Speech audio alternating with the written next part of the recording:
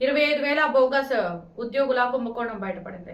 Forensic audit కు CM Revanth Reddy ఆదేశాలు. Outsourcing ఏజెన్సీలపై కేసులు నమోదు చేయాలని స్పష్టం. రాష్ట్రంలో భారీ స్థాయిలో ఉద్యోగాల కుంభకోణం వెలుగులోకి వచ్చింది. సుమారు 25,000 మంది బోగస్ ఉద్యోగులను ఉన్నట్లుగా చూపించి నెల జీతాలు తీసుకున్నట్టు ఆధార్ లింకేజీతో బయటపడిన మోసం. ప్రభుత్వం చేపట్టిన ఆధార్ లింకేజీ ప్రక్రియలో ఈ భారీ అక్రమం బయటపడింది. ఉద్యోగుల పేర్లతో జీతాలు డ్రా చేస్తున్న వాస్తవానికి ఆ వ్యక్తులు ఉద్యోగంలో లేరని గుర్తించారు. గత 10 ఏళ్లుగా ఈ మోసం కొనసాగిస్తున్నట్లు అనుమానాలు వ్యక్తమవుతున్నాయి. ఈ కుంభకోణం వల్ల ప్రభుత్వ ఖజానాకు కోట్లాది రూపాయలు నష్టం జరిగిందని అధికారులు అంచనా వేస్తున్నారు. అవుట్సోర్సింగ్ ఏజెన్సీలపై కేసులు. బోగస్ ఉద్యోగుల పేర్లతో జీతాలు పొందిన అవుట్సోర్సింగ్ ఏజెన్సీలపై వెంటనే క్రిమినల్ కేసులు నమోదు చేయాలని సీఎం స్పష్టంగా ఆదేశించారు.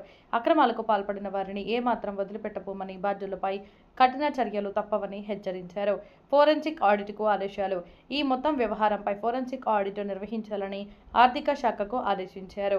అక్రమ చెల్లింపులు ఎలా జరిగాయి, ఎవరెవరు దీనిలో భాగస్వాములయ్యారు, ఎంత మేర నష్టం జరిగింది అనే అంశాలను లోతుగా పరిశీలించనున్నారు. లోతైన విచారణకు సిద్ధం. సీఎం రేవంత్ రెడ్డి ఈ ఘటనను అత్యంత గంభీరంగా పరిగణించి పూర్తి స్థాయి విచారణ జరిపి దోషులను చట్టపరంగా శిక్షించాలనే సంకల్పంతో ఉన్నారు. ప్రభుత్వ నిధుల దుర్వినియోగాన్ని ఏమాత్రం సహించబోమని స్పష్టం చేశారు.